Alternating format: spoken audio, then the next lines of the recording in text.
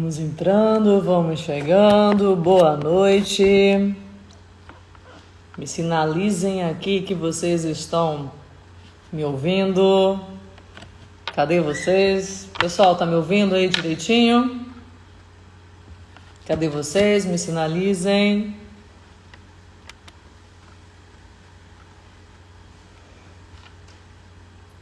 Boa noite. Boa noite. Pessoal, estão me ouvindo direitinho? Sim, ok. Então, deixa eu só chamar aqui a doutora aqui para o nosso bate-papo. Sejam todos bem-vindos, vocês que vão entrando aqui na nossa live. Live precisa, importantíssima. Doutora, a Maria já está aqui, já se encontra aqui. Deixa eu só encontrar a doutora Natália. Doutora, você me ouve? Ah, tá, posso. Deixa eu só mandar aqui para a doutora.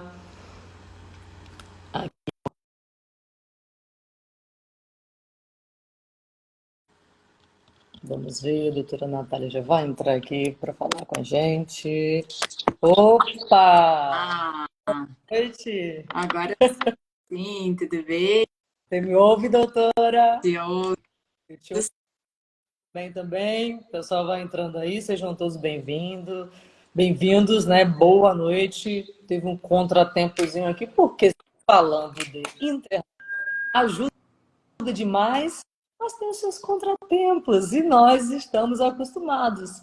E essa questão de live, a gente começou depois da pandemia, né, gente? Digamos que nós estamos engatinhando nisso aí, então vocês perdoam aqui, me perdoem, tá? Então, meu nome é Evelyn, eu faço parte da Associação Parkinson Online como voluntária, sou psicóloga. É um prazer estar aqui, né? Vou chamar de da doutora. Por favor. Chamar de vocês. Estamos aqui com a doutora Natália para falarmos sobre cuidados paliativos, né, gente, na doença de Parkinson. Tema muito importante. E aí vocês podem aqui mandar suas dúvidas aqui no balãozinho, que a doutora está aqui para atender, tirar dúvidas, que é um assunto assim que as pessoas ainda confundem um pouco, né, doutora? Acha que é só os cuidados paliativos, é que a pessoa que está ali na última, e não, gente, né? A doutora vai Totalmente. explicar para quem é, por Sim, quando e onde, qual público. Então, seja bem-vinda, se apresente, fique à ótimo. vontade. E, Obrigada, pessoal, Evelyn. aí vai ficar gravado, mas, ó, conhecimento é tudo, hein? Anota. Por favor, fiquem à vontade. Boa. Boa tarde a todos. Evelyn, eu só queria te fazer uma pergunta, que eu confesso que eu não sei se a gente consegue fazer com mais ao vivo, eu achava que sim. A gente tem a Jaqueline também, a Jaqueline Androlage, que vai entrar junto, ela que é a paliativista, que vai falar realmente tudo que a gente Sim. quer. A gente consegue chamar ela agora ou eu saio e depois ela entra?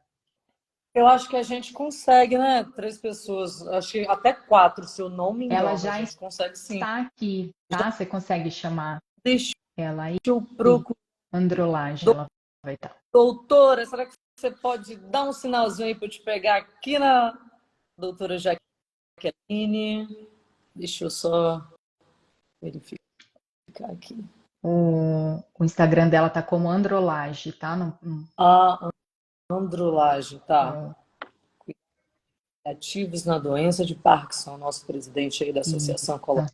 Enquanto você vai procurando, eu vou então falar um pouquinho. Primeiramente, eu queria agradecer o convite mais uma vez do Parkinson Online, de estar aqui para a gente discutir um pouquinho sobre um tema tão delicado, tão importante, tão antigo na nossa sociedade que muitas vezes fica sem essa discussão, né?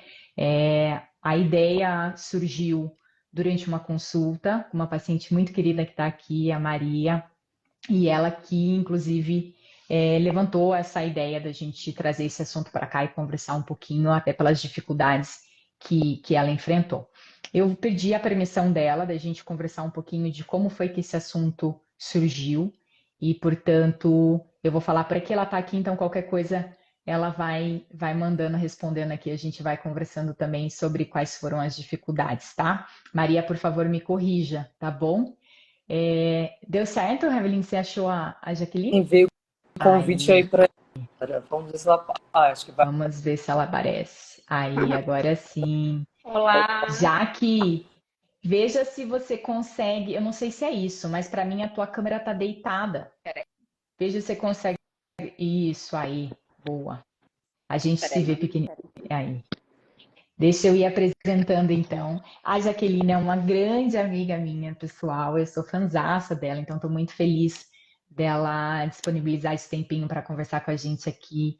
A Jaqueline, eu vou fazer uma breve apresentação. A Jaqueline é médica com a área de atuação dentro da medicina intensiva, então ela tem uma experiência super enorme com os pacientes complexos, né, em ambiente de UTI, e ela também atua em cuidados paliativos, tem a formação ali pelo centro Instituto Paliar, né, Jaque? Me Isso. corrija. E, inclusive, eu quero que ela se apresente um pouquinho e fale a respeito da criação que ela vem se envolvendo num projeto para a criação de um núcleo de cuidados paliativos aqui em Curitiba, bastante interessante. Então, Jaque, por favor, acho que o pessoal vai ver que você tem uma sensibilidade única e a sua, com certeza, experiência toda dentro de um ambiente com pacientes complexos trouxe muito profissionalismo e essa sensibilidade única que você tem nessa área de atuação do cuidados paliativos. Seja bem-vinda, Jaque. Obrigada. Primeiro, boa tarde, né? Também me sinto muito honrada pelo convite, né? Eu acho que estar aqui no Parkinson Online e trazer a informação hoje é muito clara para as pessoas, já que a gente vive tanto o mundo da rede social, né? Traz para a gente bastante segurança e traz também alívio junto, né? Porque a gente sabe que é uma doença que muitas vezes passa negligenciada ou passa muitas vezes desapercebida por muito tempo, né? E eu me sinto realmente muito honrada por esse convite, né? Então, meu nome é Jaqueline, eu realmente tenho uma área de atuação em terapia intensiva de longa data, e foi isso, na verdade, que inspirou em mim, vendo tudo aquilo, né? A busca para o cuidado paliativo, para o entendimento de tudo isso ao longo da minha formação, e foi nascendo em mim essa necessidade, né? Junto, na verdade, não minha apenas, visualizando, inclusive, os meus pacientes. Então, isso trouxe para mim esta vontade, esse desejo, né? Eu acho que isso é uma longa caminhada, a gente ainda está no início dela, né? É uma caminhada que, assim como o próprio o nome, né? Cuidado paliativo, o termo paliativo vem de manto, né?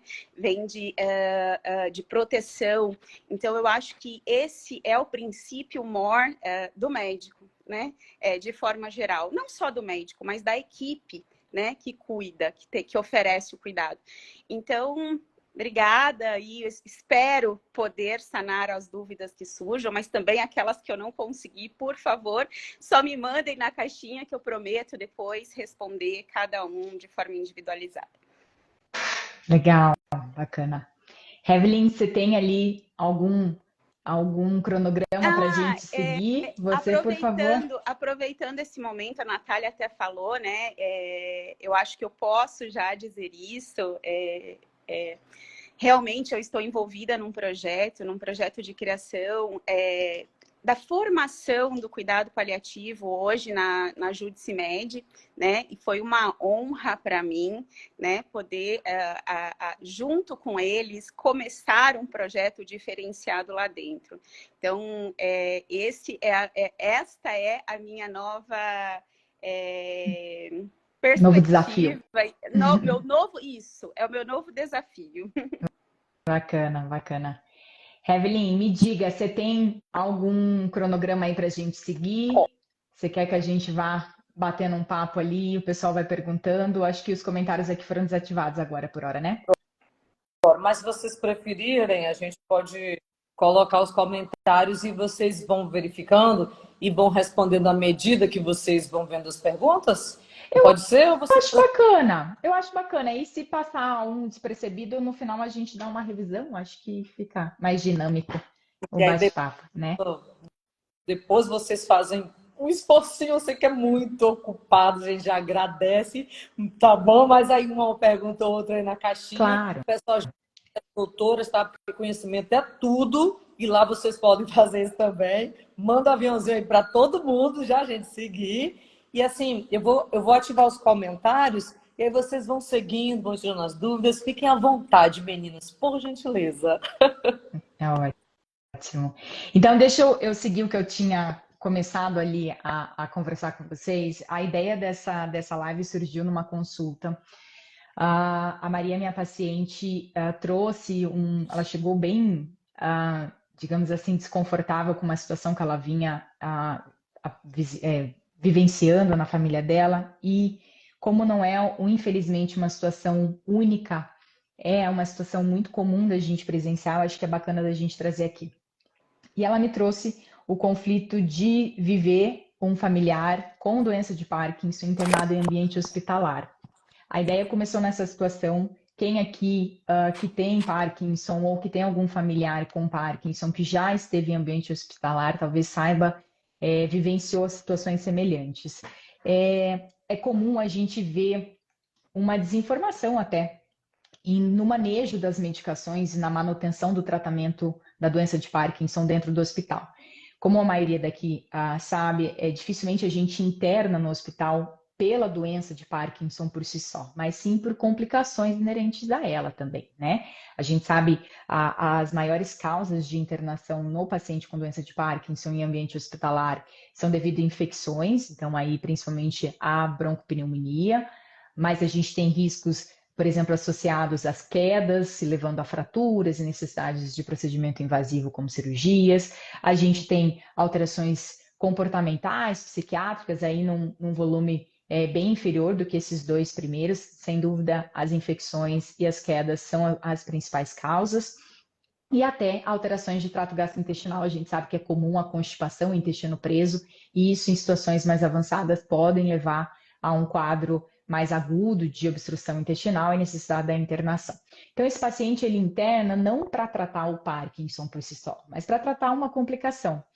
E essa doença, o Parkinson, o tratamento fica deixado de lado. É um tratamento que ele já faz há algum tempo, são medicações que não existem em ambiente hospitalar na maioria das vezes, e, portanto, é comum a gente não ter um conhecimento tão grande de como deve ser feito o manejo das medicações dentro do hospital. E isso por quê? Porque Parkinson não é uma doença que vai levar a uma emergência por si só e que eu vou precisar ter essas medicações em ambiente hospitalar. E o fato que essa paciente vivenciou e que é comum é as tomadas erradas, as administrações erradas das medicações, principalmente aí quando a gente fala da levodopa. A gente sabe que a levodopa precisa ser administrada com intervalo entre as refeições, então a gente precisa ali, por exemplo, pelo menos 30 minutos antes, uma hora depois a dieta, né, de você comer, porque eu tenho uma briga com a absorção da medicação. Então, esses pacientes, na maioria das vezes, utilizam pelo menos 3 a 4 vezes ao dia essa medicação. E nos pacientes que já demandam, por exemplo, de um cuidado maior, por exemplo, que estão com sonda para se alimentar, esse preparo da administração fica praticamente esquecido. No hospital, a maioria das pessoas que estão com sonda fica correndo direto, existe uma maquininha que fica jogando aquela dieta constantemente em 24 horas, que na prática a gente não faz isso, ninguém fica comendo direto, mas no hospital é feito dessa maneira, e as medicações são administradas nesse intervalo. E o Prolopa, por exemplo, a gente precisa parar a dieta, esperar um tempo, fazer a administração da medicação, esperar mais meia hora para depois voltar à dieta. E tudo isso demanda um planejamento muito grande. Eu preciso de o funcionário estar ali toda hora, estar atento com os horários, ir lá desligar, voltar, depois fazer a administração. E, portanto, esse foi um dos primeiros embates que ela vivenciou no ambiente hospitalar, essa dificuldade da administração correta. Ah, mas sou eu, é o paciente, é o acompanhante que tem que fazer essa administração? Não, e por que esse despreparo? Infelizmente, isso é muito comum.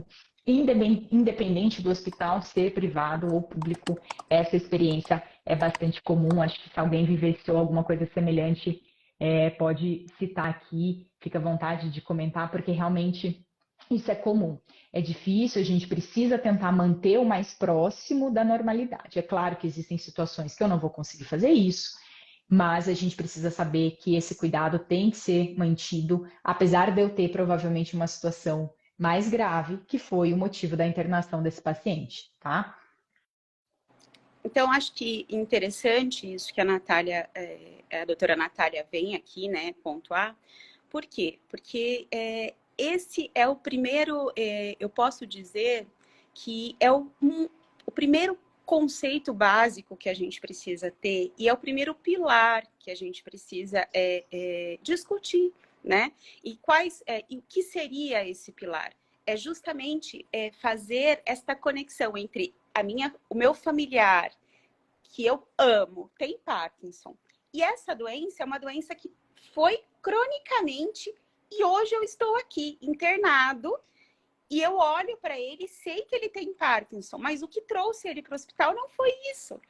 Então, o primeiro pilar que eu chamo de cuidado é o planejamento, né? E é isso que a Natália, a doutora Natália disse, que ela envolve o quê?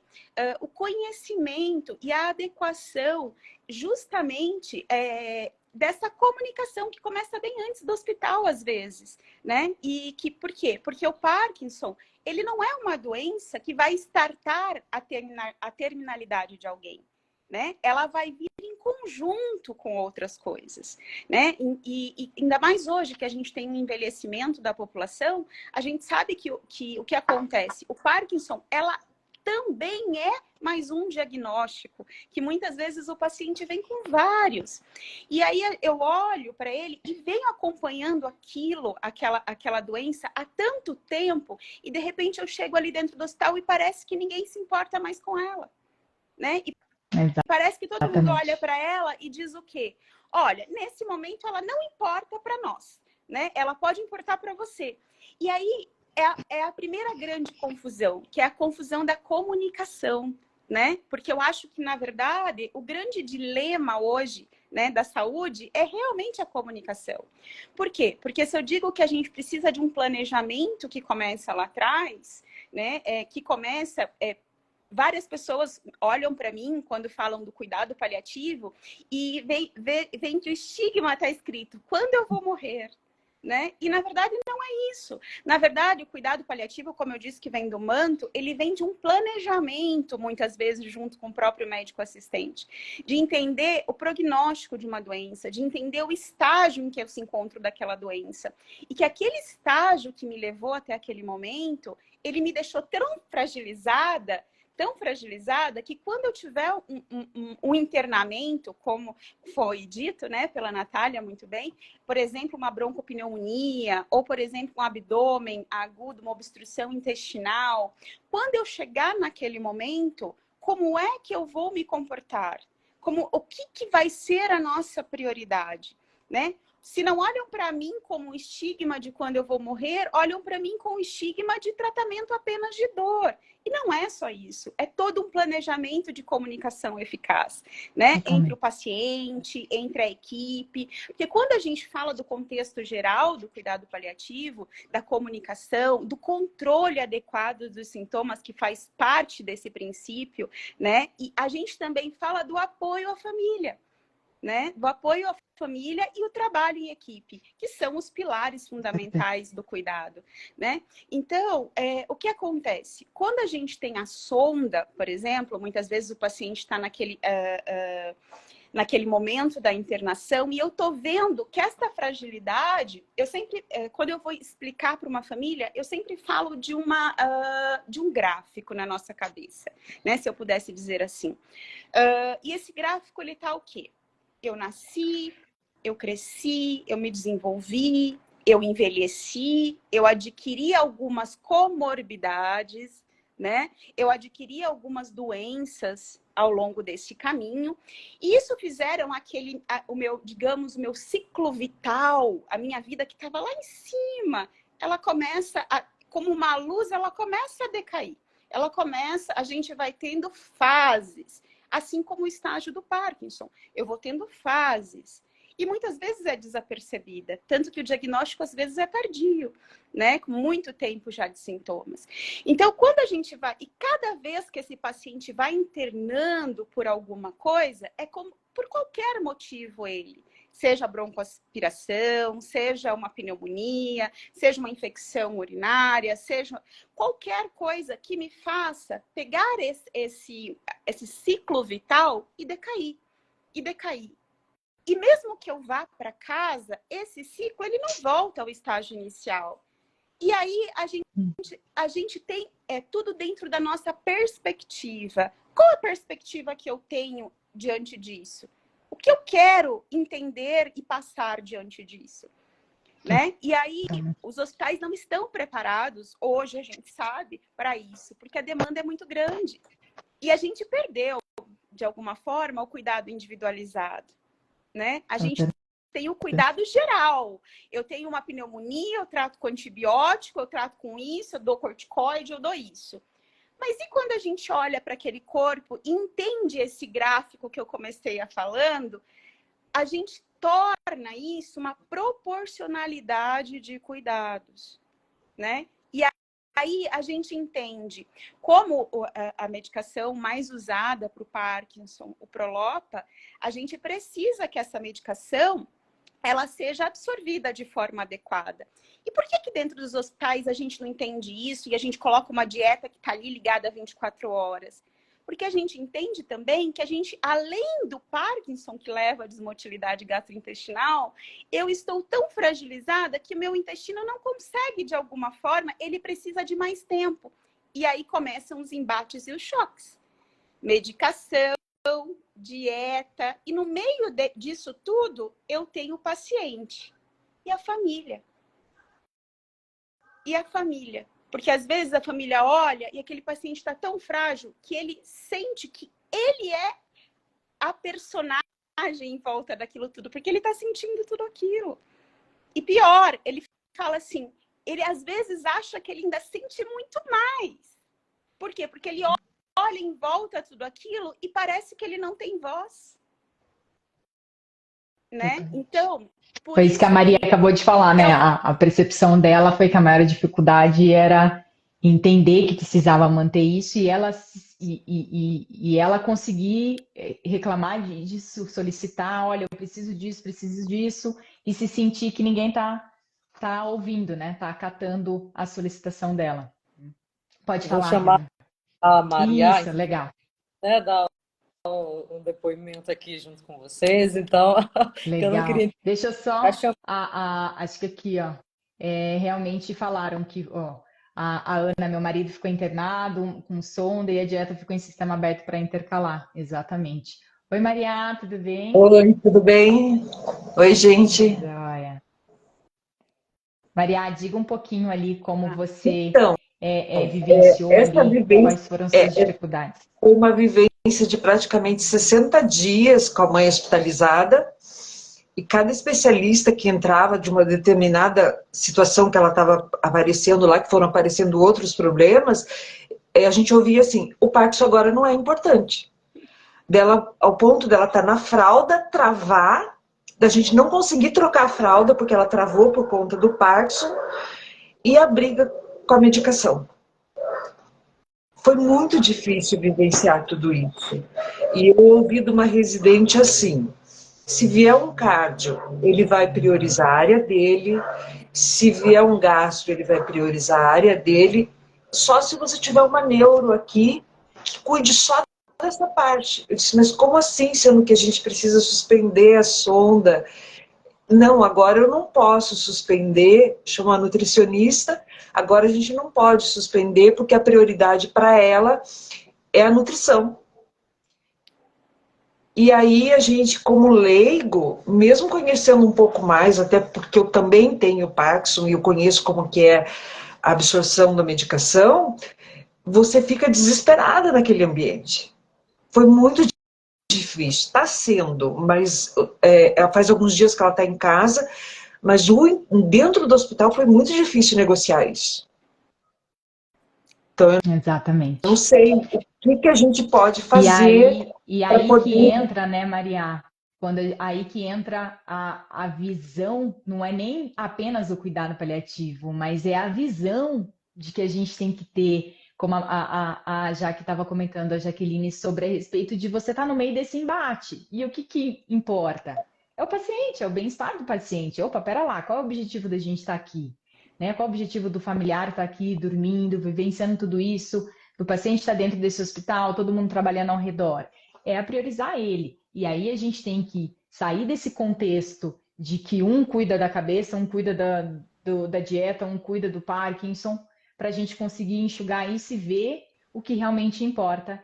E, infelizmente, hoje isso tá difícil de se encontrar, porque cada vez a gente vai se especializando e, portanto, surge aí o cuidados paliativos. Eu não tenho ideia, já que talvez possa saber um pouco melhor que eu não tenho ideia de quanto tempo a gente tem essa subespecialidade de cuidados paliativos aqui. A minha percepção é de que é extremamente nova. Por exemplo, na minha formação como médica, eu não tive isso em grade curricular. Eu acho que isso é um erro fatal, assim, hoje em dia. Espero que as faculdades estejam modificando e pensem em algum momento colocar.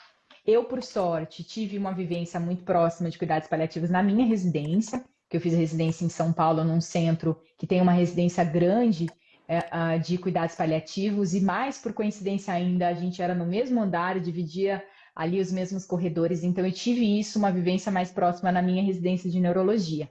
Mas na prática, quando eu saí formada como médica, eu não tinha basicamente zero conhecimento dessa área, né, Jaque? Então, diga pra gente ali um pouquinho, Jaque, qual é ali o conceito de cuidados paliativos, afinal? Olha, eu acho que na verdade, o conceito vem justamente disso, né? De você colocar... Conceituar é tudo muito fácil, mas eu acho que é você colocar o paciente, como eu comecei falando, ele vem de... O nome vem do manto, né? Vem de você proteger. Então, eu acho que durante muito tempo é uma especialidade que vem crescendo, é uma especialidade que vem ganhando novamente, porque a gente entende, ainda mais com o envelhecimento, que o curar, muitas vezes, não se torna mais possível, né? Como a gente não tem a cura do Parkinson. Mas a gente pode levar o tempo necessário de forma... nós termos uma qualidade de vida dentro daquilo, né? Dentro daquelas patologias, e a gente ter uma vida... razoavelmente, se eu posso dizer assim, com dignidade. Eu acho que é o princípio disso tudo. E o tempo do cuidado paliativo, se eu for parar para pensar de verdade, eu acho que ela é uma especialidade que, na verdade, começa com a nossa formação médica. Mas o que aconteceu? Justamente essa necessidade que a gente teve durante muito tempo das subespecializações, né? A gente foi, na verdade, esquecendo um pouco disso, né? E a gente foi tomando, ganhando corpo, justamente isso, justamente as especialidades, ao ponto de você ter que ouvir isso de uma residente, né? O que causa muito desespero, porque eu também já atuei na formação, na ajuda dos residentes, e o que eu mais pregava era justamente tirar esse estigma. Independente se você está fazendo essa especialização, o que a gente tem, na verdade, a gente tem uma biografia. E quando a gente esqueceu dessa biografia, a gente criou um nome, cuidados paliativos. Entende? Ótimo. Como uma necessidade de voltar a olhar para essa biografia, né? Porque, assim, na verdade, ela tem que estar, como a Natália disse, eu também não tive cuidados paliativos na minha formação médica, né? E hoje eu vejo, por exemplo, meu filho está fazendo, escolheu fazer medicina, como eu, e ele está no primeiro ano, e ele disse para mim: nossa, mãe, essa semana nós conversamos sobre o cuidado paliativo. Como isso é difícil?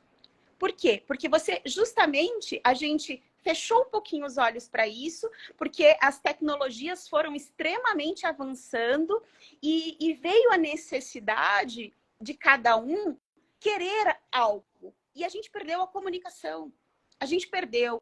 Então, o cuidado paliativo, para mim, Natália, ele nasce com a gente. Ele nasce, na verdade, com o cuidado. Não é nem só com o cuidado médico. Porque, como paliativista, eu penso que a gente precisa da equipe. Sozinha eu não sou nada.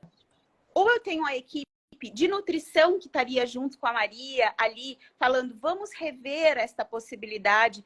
Ou se a Maria entende que isso é uma grande necessidade, mas naquele momento o médico julgou que aquilo não era primordial, faltou uma coisa, faltou o elo de comunicação, faltou o elo de entendimento até que ponto nós podemos abrir mão disso, até que ponto nós podemos agregar isso, né? E até que ponto nós podemos evoluir com isso.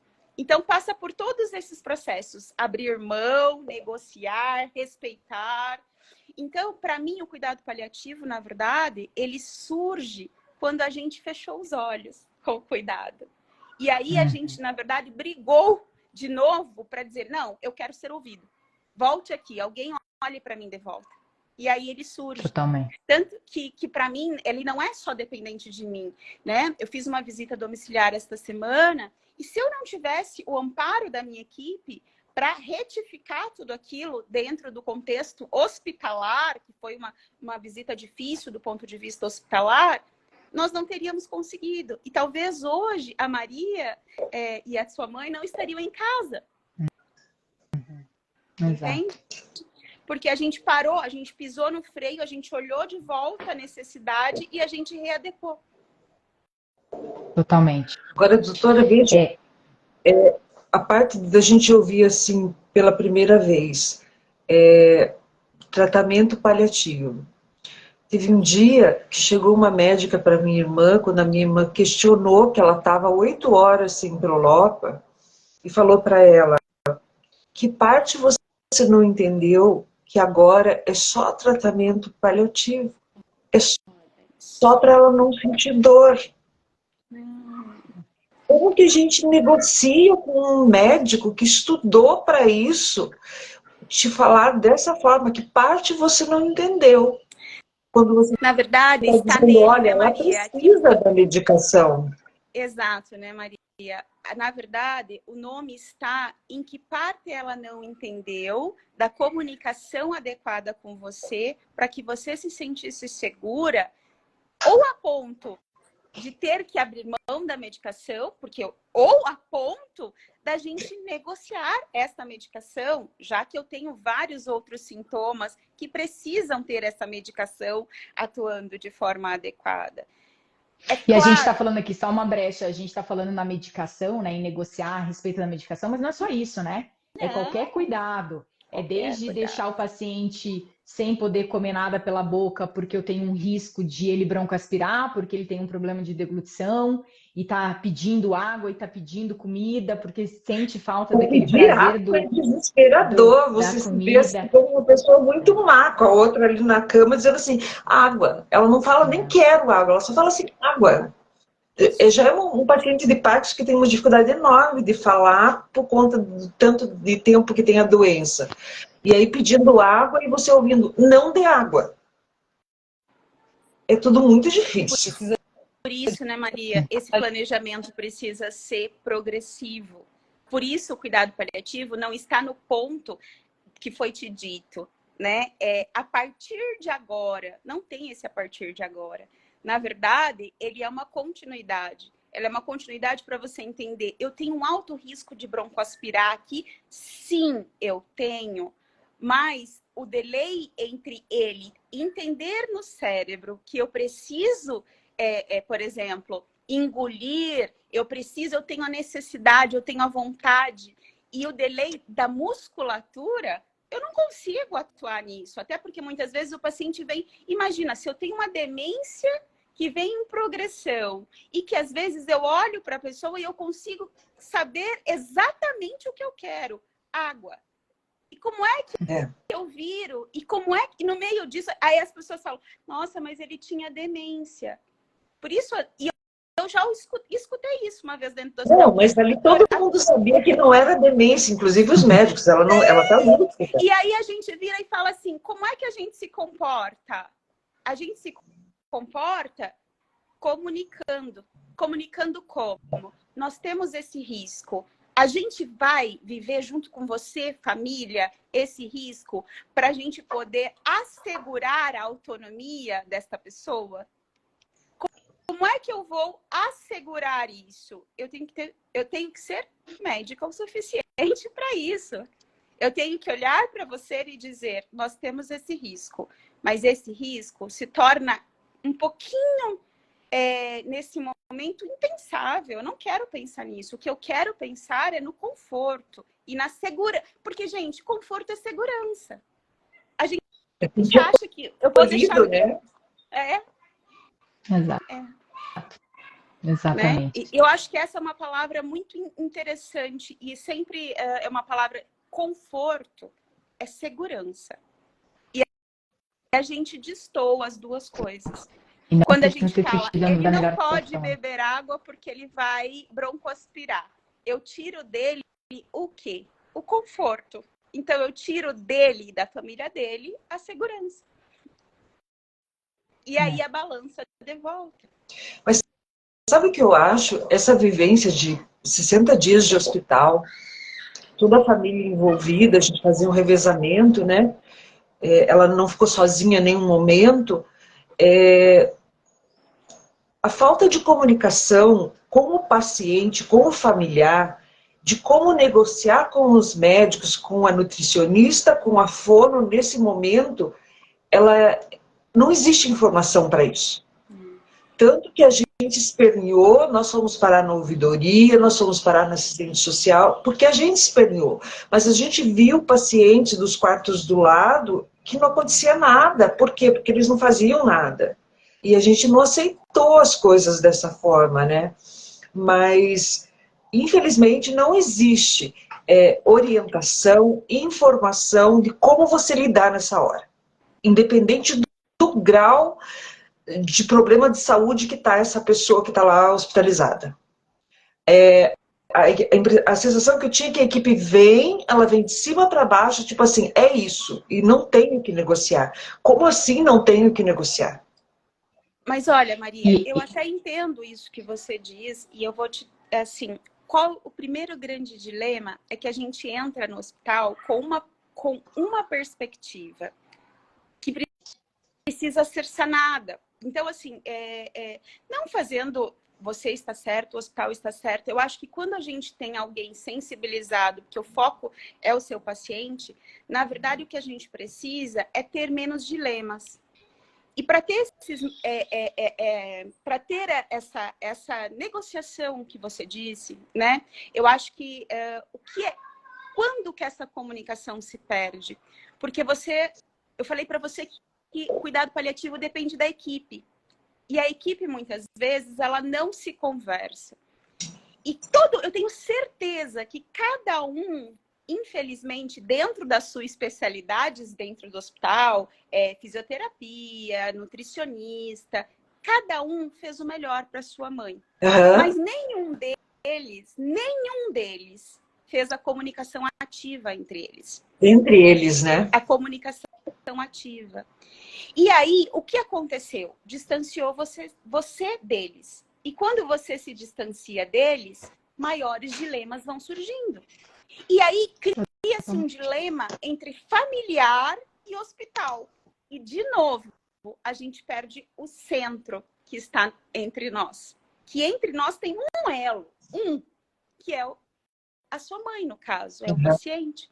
Então, na verdade, volto para mim, entre todos os 4 pilares do cuidado paliativo, a comunicação e o cuidado, muitas vezes, com a família, e vem assim, eu acho que de frente com as perspectivas que nós temos, que é o fundamental. É aí que doutora, começa. E como que a gente negocia? Como que a gente trabalha essa comunicação não é com uma equipe negociação. no hospital? Isso, na verdade, isso a gente tem que ter um preparo. Isso vem de educação.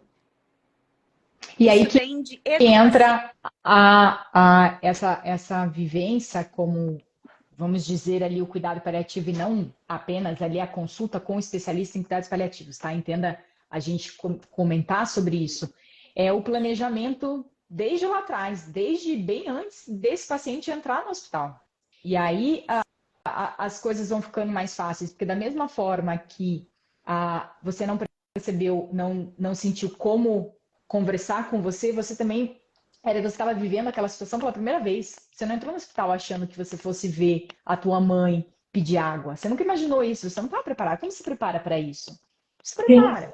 Se prepara, de certa forma, conhecendo e antecipando as possibilidades. E aí que entra os pilares do cuidado paliativo.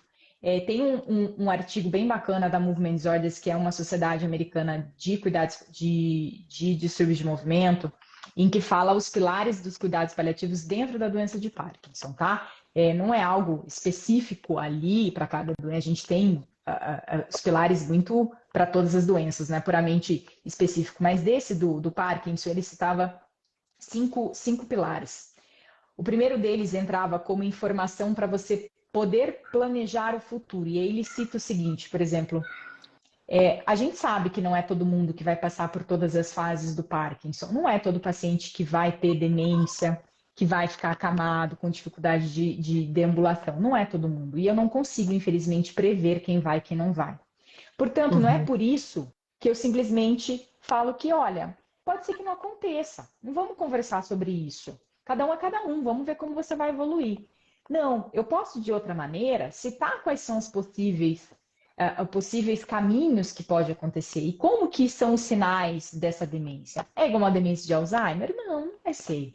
Quais são os primeiros sinais? Para quê? Para eu antecipar esse planejamento, para eu conseguir até mesmo facilitar a identificação desses sintomas. O segundo pilar que ele coloca é o cuidado aos sintomas não motores. Aí isso é bem específico do Parkinson mesmo, a gente sabe que a gente fala dos sintomas motores, do tremor, da rigidez, mas muitas vezes os sintomas não motores, a dor, o intestino, o sono, o humor, eles contribuem para uma perda da qualidade de vida muito maior do que os sintomas motores, e é importante a gente ter isso atento. O terceiro pilar vem como suporte emocional e espiritual e psicossocial desse paciente, e aí a Jaque vai saber falar bem mais bonito disso. Por quê? Porque a gente consegue ver aquele paciente como um centro com uma função específica dentro daquele ambiente familiar. Quem aqui já não perdeu uma pessoa e de repente parece que a família degringolou, assim, falou assim, gente, mas a gente era tão unido, a gente adorava estar todo mundo junto e de repente não sabe por que isso se perdeu. Por quê? Porque eu tenho um papel ali, eu tenho um papel que a gente não tem nome específico para cada um, mas cada um tem um papel super importante nesse contexto, não só da família, como do trabalho, enfim. O quarto pilar, o cuidado do cuidador. Isso é fundamental. A gente não cuidar do cuidador, a gente vai estar deixando de cuidar do paciente também. Isso é fundamental. E, por fim, ali, os cuidados do planejamento de fim de vida, que muitas vezes a gente acha que é só isso. Ah, não, o cuidado paliativo só entra ali.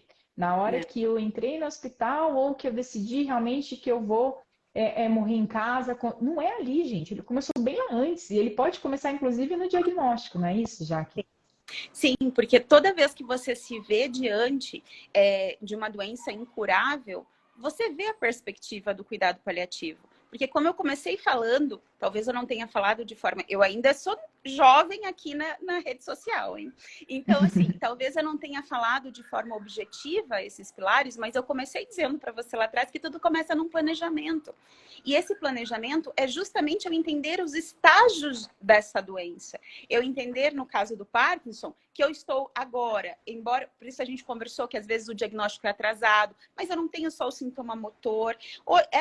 Eu pedi mesmo esses dias para a Natália, eu acompanhava uma paciente de cuidados paliativos, ela já vinha de outros médicos, né, até a família ter esse entendimento e a gente ir conversar, né, e ela tá viva, tá, gente? E assim, até agora. E eu chamei a Natália e falei, olha, Natália, eu tenho um dilema. Eu tenho uma paciente que tem um distúrbio, um transtorno gastrointestinal que eu não consigo explicar. E olha que ela vinha, né? Não é, Natália? De um longo período com um distúrbio gastrointestinal. E só o que diziam era que era um refluxo refratário. E a gente entrou no entendimento, você veja como o cuidado paliativo, ele tem isso, ele tem essa comunicação, né? Eu entrei em contato com a Natália, pedi uma avaliação, falei por quê? Para que qual foi a possibilidade? A Natália falou, olha, já que esse distúrbio realmente pode estar associado ao Parkinson. E que ela tinha deixado, que nesse momento ela nem estava mais usando... Exatamente. Ela nem estava mais tratando. E que ela tinha deixado de tratar. porque ela não tinha tantos distúrbios Ela de movimento. abandonou o tratamento? Não, Na verdade, isso, e olha isso, falta de comunicação. Falta de não, foi comunicação. decisão da equipe médica, a Maria. Foi decisão do neurologista inicialmente, como eu já tenho um quadro, ela não estava respondendo tão bem as medicações, e aí decidiu parar, mas o principal era o quê? Era um problema, não era um tremor que eu via lá que o negócio ficou pior sem Prolopa. Não era tanto isso. Então, e aí o cuidado paliativo vem para juntar todo o quebra-cabeça. Ó, não está dando Todo certo, agora quebra-cabeça. você vai lá e tenta resolver. É Sim. isso. Né? Então, de novo, esses pilares, né? Quando a gente falou, vem primeiro de um planejamento, depois vem de um cuidado individualizado, seja com o paciente, o controle de sintomas, seja esse cuidado com a família, que entra aí no terceiro e quarto pilar. E quando eu falo também dessa terminalidade, que eu falei que era o eu estigma que estava escrito na minha testa, né? A gente passou por todos esses pilares. Então, a terminalidade, eu vou estar preparado. E olha, gente, esse preparado, porque assim, vamos falar assim, verdadeiramente, morrer não é bonito. Então, eu posso ter me preparado de todas as formas. Mas quando aquele momento da terminalidade, que é o outro pilar do cuidado paliativo, chegar, eu já passei por todos os outros estágios. E talvez eu esteja mais segura. A palavra é essa, conforto é segurança. Então, a gente fala de novo de todos esses pilares e une, começando com o primeiro, comunicação, planejamento, né? E é isso que, por exemplo, faz a diferença em toda essa trajetória para chegar na terminalidade, entende? Eu acho que é como, eu brinco que o cuidado paliativo é como um filho. Ele nasce e a gente vai adaptando cada momento da vida dele, né? A gente passa por momentos conturbados, né? Seja em um internamento, seja no entendimento de cada coisa, como a adolescência, digamos assim, né? Uhum. E você não tem que estar sempre com o mesmo pensamento que a equipe. Vocês têm que entender que o pensamento pode até um pouco divergir, mas a gente volta a falar. A gente tem que ter o centro, que é justamente esse conforto espiritual, psicológico, envolvido no cuidado, né? E volto a falar das minhas, quais são as minhas perspectivas. Se eu não tiver minhas perspectivas abertas para o diálogo, isso não vai funcionar. Porque eu posso ter uma perspectiva, Maria, eu posso falar, não, a minha mãe internou e eu quero que ela saia daqui igual ela entrou. Agora a gente olha por outro âmbito. Isso é possível? E quando não for possível, quem vai se comunicar comigo adequadamente? Eu estou aberta a entender essa comunicação? Se eu Isso tiver leva esse tempo, planejamento, né? né, Natália, lá do Total. começo, a gente evolui. A gente Isso prepara, leva tempo, inclusive, o Maria. hospital. Totalmente. Eu É muito percebo que, comum. como eu falei de se preparar, eu acho que nós, como leigo, como familiar, que a gente sofre junto com a pessoa que está ali naquele momento, mas eu percebo que a maioria dos hospitais, das equipes, elas não têm esse preparo, não. Sim, é Porque a difícil. gente foi criado para quê, Maria? Quando você olha, vamos agora transferir um pouquinho essa pergunta para você. Você, como paciente, quando você olha para um médico ou olha para uma equipe, antes de qualquer coisa, o que você busca? Eu acho que quando você olha para um médico como paciente, você diz assim, não, eu quero que ele resolva meu problema, eu quero sair daqui. Exato. É isso. As perspectivas. E quando isso é quebrado, é como se alguém entrasse e colocasse uma barreira na sua frente. E às vezes eu também não quero ouvir.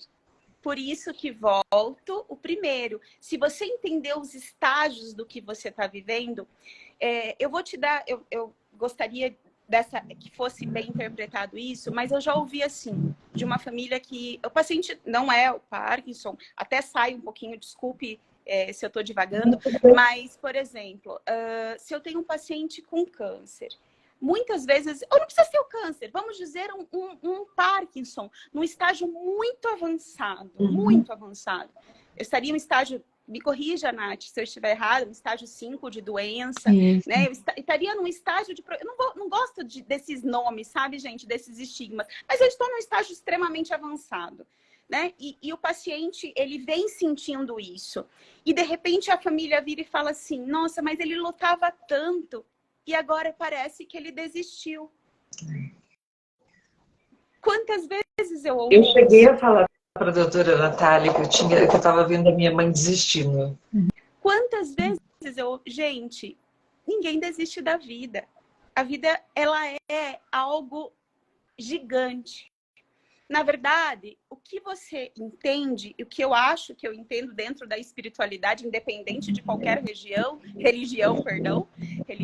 o que eu entendo é que não existe desistir. Eu acho que o que existe... Você lembra do delay que eu falei entre o cérebro e o corpo? Talvez a gente entre num equilíbrio disso. E o corpo e o cérebro se comuniquem, se eu posso dizer assim, de forma adequada, e eu entenda que aquilo é o meu limite. E não é que eu desisti. Eu simplesmente, realmente comecei a olhar uma outra perspectiva. E às vezes isso para a família é frustrante. É muito frustrante. Eu cheguei até aqui, eu quero mais. Aceitar, né, essa situação. Eu cheguei até aqui, eu quero mais. E a gente, às vezes, exige daquelas pessoas, mesmo que a gente ame, gente, isso é uma exigência humana, tá? Isso não é uma exigência ruim, é uma exigência humana. E aí equivale de volta no primeiro pilar, comunicação. Porque eu tenho certeza que se você chegou até aqui, você ama muito. Sem dúvida. Certo? Então, Maria, eu acho que a gente não tem, eu não tenho essa soberba, né? De entender, não, é isso, o objetivo é esse, nós vamos trilhar até aqui. Não, é aonde realmente nesse objetivo, olha para o seu familiar também. E às vezes olhando para ele a gente entende o que a gente pode esperar dele naquele momento. Isso não se chama desistência de nada. Às vezes isso tem um nome, aceitação. Uau. E entendimento de onde eu cheguei. Doutoras, meu Deus, eu tô aqui. Menino. É delicado o tema. Porque quanta sensibilidade. A gente já deu 7 horas, mas assim, engraçado, sabe o que acontece? Fluiu de maneira tão espetacular que vocês conseguiram sanar aqui as perguntas. E eu não quis interromper porque eu aprendi muito aqui nesse momento. E principalmente arrepiei, vou falar igual a doutora independente aí de religiosidade. A gente arrepia, porque falta isso, assim, muita gente, né? Essa sensibilidade. Que coisa linda, doutora Jaqueline. Que coisa linda, doutora Natália. As duas pessoas para colocar num potinho e guardar. Gente, maravilhoso. Então você imagina para mim, Evelyn. Dizer uma coisinha. Posso dizer só uma coisinha que eu aprendi estudando antes da gente se encontrar aqui hoje. É muito comum a gente, aposto que a grande maioria das pessoas já ouviu dizer aqui, que ninguém se morre de doença de Parkinson, se morre com a doença de Parkinson. Eu muitas vezes digo isso, e isso é real, é verdade, né? Porém, eu nunca tinha parado para pensar no que isso pode levar o paciente que ouve essa frase. E aí eu li a respeito de que isso possa gerar muitas vezes uma sensação de fracasso pessoal, ou até mesmo uma sensação de traição do médico quando esse paciente chega e percebe a evolução da doença. E o que a gente aprende com isso? Que o importante, apesar da gente falar, por exemplo, essa frase com o intuito de não destruir, obviamente, as esperanças, pelo contrário, a gente pode passar essa necessidade de que não, as coisas não vão acontecer, eu preciso, não vai evoluir, não vai. E não é por esse caminho, não é negando ou não falando. Acho que a gente consegue ajudar muito mais reconhecendo que a doença pode sim avançar. Vai ser para todo mundo? Não vai, mas ela pode acontecer. E eu preciso reconhecer isso, apoiar que essas realidades vão acontecer e principalmente adaptar-me a ela, adaptar o tratamento, adaptar as conversas, a comunicação, não só com o paciente, mas com os familiares e todo mundo envolvido. E comunicação é tudo, em qualquer esfera, em qualquer lugar, em qualquer empresa, em qualquer ambiente. A comunicação, ela resolve muita coisa, né? E assim, essa sensibilidade. E assim, tem uma frase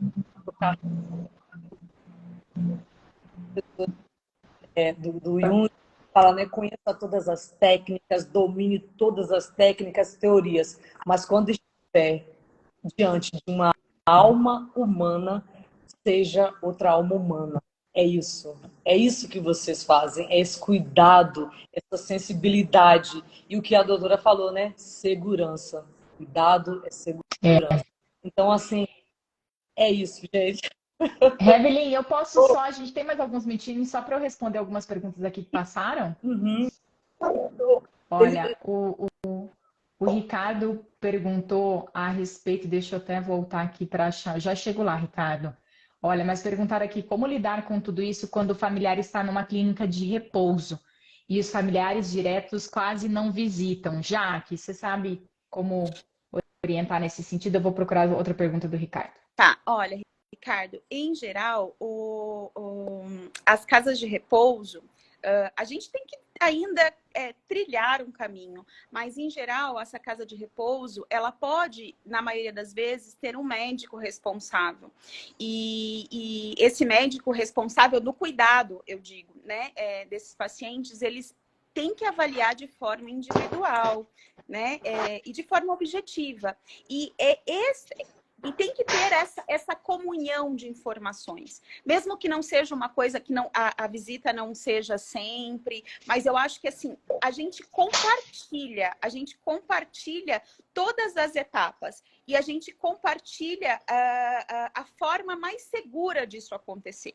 Então, não é porque está na casa de repouso que eu não posso ter este envolvimento. Eu posso sim, né? E dentro deste envolvimento, eu posso ter decisões importantes em comunhão com a equipe, né? Por exemplo, na casa de repouso, olha, nós definimos que quais são as principais perspectivas do que a gente espera porque, gente, a vida é baseada em biografia, né? Cada um com a sua biografia.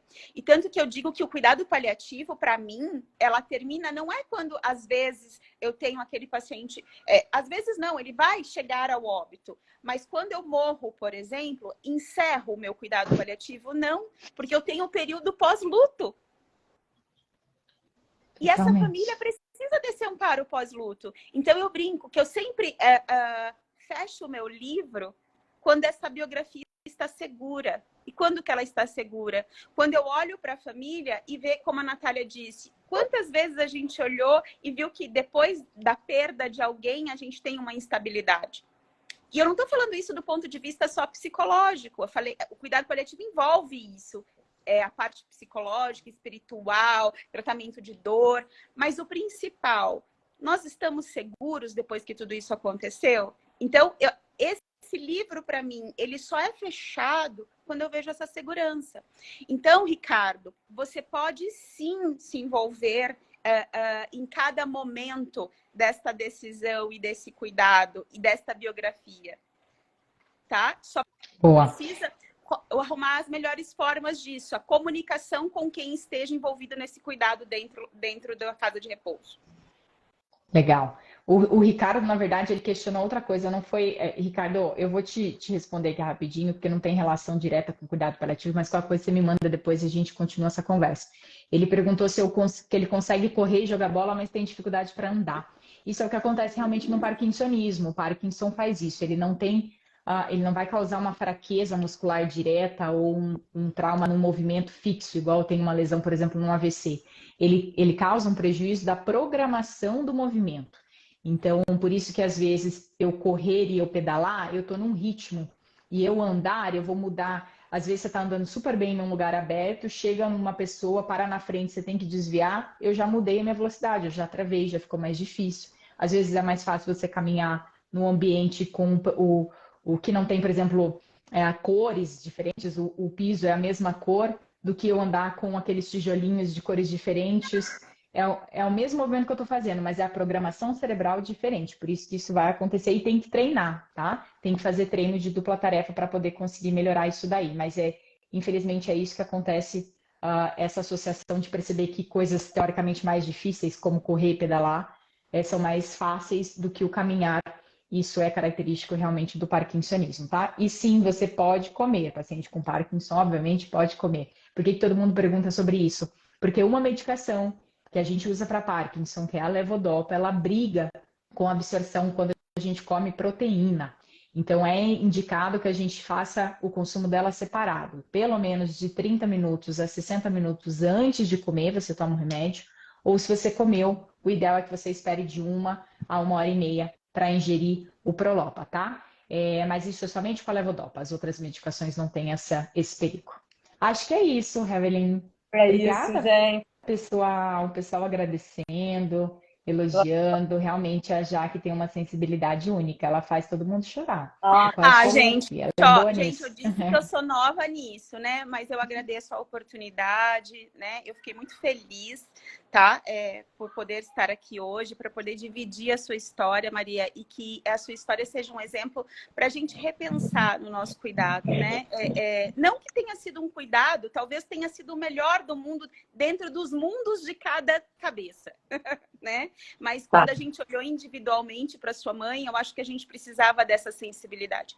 E eu só queria terminar com uma frase que eu sempre digo, e todas as vezes que eu sou convidada para uma intimidade da vida de alguém, isso é uma coisa que eu sempre penso. Eu não sou dona da vida de ninguém, né? Quando eu fiz medicina, eu achava que isso estava muito próximo de mim, né? E eu aprendi ao longo desse caminho que eu não sou dona da vida de ninguém. Eu sou cuidadora da vida das pessoas, né? Então, eu agradeço por fazer parte desse cuidado de cada biografia, né? Então, fico muito grata por vocês me darem essa oportunidade, né? Se alguém quiser me mandar alguma pergunta, né? Porque eu acho que eu fui muito fluida aqui, eu tentei fazer uma coisa um pouco mais leve, né? Mas fiquei muito feliz. Parabéns, doutor. Muito bom. Muito obrigada. Eu quero agradecer, doutora Jaqueline, né? Está aqui com a gente e doutora Natália mais ainda, porque me acolhendo de novo. Ela já me acolheu lá em fevereiro, quando eu estava desesperada com o diagnóstico e perdida entre um monte de médicos, e ela me guiou e me deu um norte. E para mim é bastante difícil essa situação com a mãe, por conta de eu também ter o Parkinson. E eu estou emocionada e eu agradeço muito, muito, muito por todo esse acolhimento e o quanto isso é importante na vida dos teus pacientes. Porque é uma doença que já é difícil. E se você ainda tem um médico que ele não tem uma menor capacidade de se colocar no lugar do outro, fica mais difícil. E de repente, quando você é acolhido por esse médico, é um norte, sabe? E eu agradeço muito a você, doutora. E Jaqueline, foi um prazer enorme. Obrigada, tá? Foi muito bom e espero que a gente continue conversando. Obrigada, querida. É uma honra poder ajudar vocês, Arista. É o nosso papel. Né? Obrigada, Evelyn, mais uma vez pelo convite. Acho que se ficou alguma dúvida aí por aí, ou se o pessoal vendo depois a aula desde o início, vai ficar salva, né? Evelyn, acho que vai? Boa. E quiserem mandar dúvidas para mim, para a Jaqueline, a gente continua a nossa conversa. Maria, fica com Deus, tá bom? Obrigada. Tchau, pessoal. Boa noite.